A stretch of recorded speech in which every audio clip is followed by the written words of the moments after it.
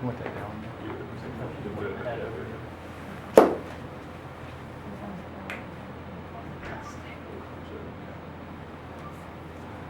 All right, questions for Alex? Mr. Lomax, how amped up and ready for you all this Tennessee is? I'm fired up for it. You know, we lost to them last year. You know, this game means a lot to everybody. So I'm pretty fired up. You were kind of the center of that controversy at the end of the game last year. Going into their house, knowing it's going to be tough, something like that could happen again. How are you mentally prepared this time around? You know, I'm just gonna make sure the guys are, you know, we're well prepared. You know, got to be tough. So, you know, we got to be tough in all areas of the game. And like, I got to try to lead the way, let them know like we're gonna come in and we're gonna be tough and we're gonna fight to the end. So we just got to be mentally prepared and just come in and just be tough. That alone can just take us a long way. How much emphasis has been put on not getting out to a slow start for this game? You know, coach has been doing a great job of just helping us mesh together. The first group, they're getting better every day. They're catching a lot of confidence with each other. So it's been a lot of emphasis, especially on the road into a hostile environment, on just having a good start and you know, following and executing the game plan. Alex, you guys are, you lose James, you lose Lester, and you guys haven't lost a game yet. How do you think you've been able to do that? You know, just give a credit to the coaching staff. They've been doing a great job of preparing us. You know, guys who probably didn't expect to be playing this many minutes or anything like that. They've been coming in and stepping up, and the coaches have been doing a good job of preparing us and putting us in a great situations, giving us a great game plan to execute. Speaking of coaches, like last year after all this stuff happened and Penny came out and said what he said, and it, I think it kind of blew up. But how did you guys feel about what he said in the moment after that Tennessee game?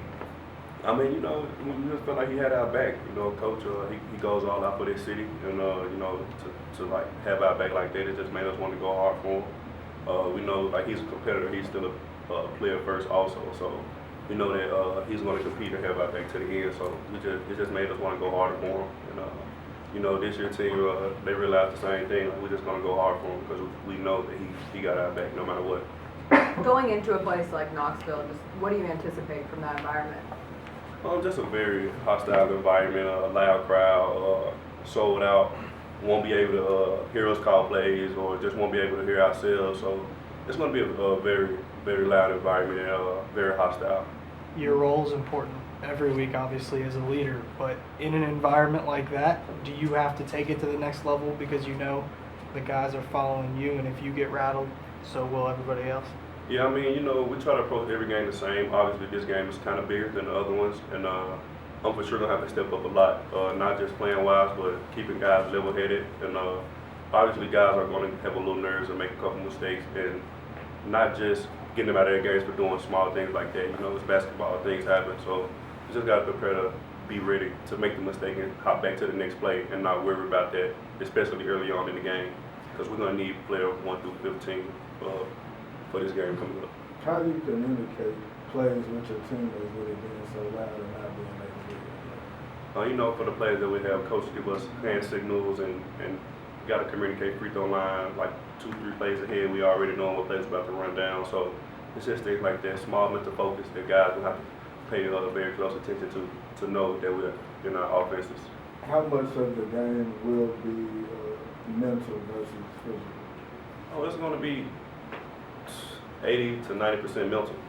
You need your mental to be physical, so it's all about knowing angles and knowing getting good position on plays. No matter if somebody's stronger than you or not, if you got good position, you're going to get the benefit of the doubt, especially on over-the-back calls and things like that. They're a good offensive rebounding team, so we just box out. Even small guys box out bigs and make them come over our backs. Those will be good fouls that we need. So it's going to be 80 to 90% mental, 10% physical, and we're going to need all of that together. It seems like Penny kind of gets excited to throw you guys in these kind of situations to see how you handle it. Do you take it that way? Do you kind of like that challenge? Yeah, you know, ever since I was young, Coach Penny always wanted to play the toughest teams, the top teams. The games that's going to be the most anticipated. That's just who he is.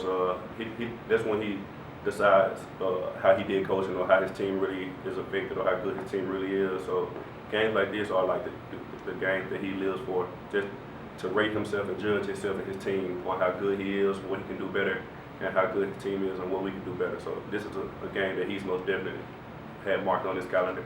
To go along with that, there's still some people nationally who say, like, Penny can recruit, but can he coach? Like, they still ask that. Do you think games like this kind of help him show, hey, you know, I am a coach too? I feel like the last 4 to 5 games before this could prove that for him. He's been doing a great job of coaching us, and nobody had us winning this many games without James. And after Lester went down, they didn't expect us to win. So, I mean, I feel like the games before that, he's been doing a great job. Even last year, I feel like he did a great job, and guys could have figured out that he knew how to coach. But I mean, this game coming up too, I guess we'll figure out again that he still knows how to coach. I mean, it's nothing. He knows basketball at the end of the day, so that's all that matters. Anything else for Alex? All right, thank you.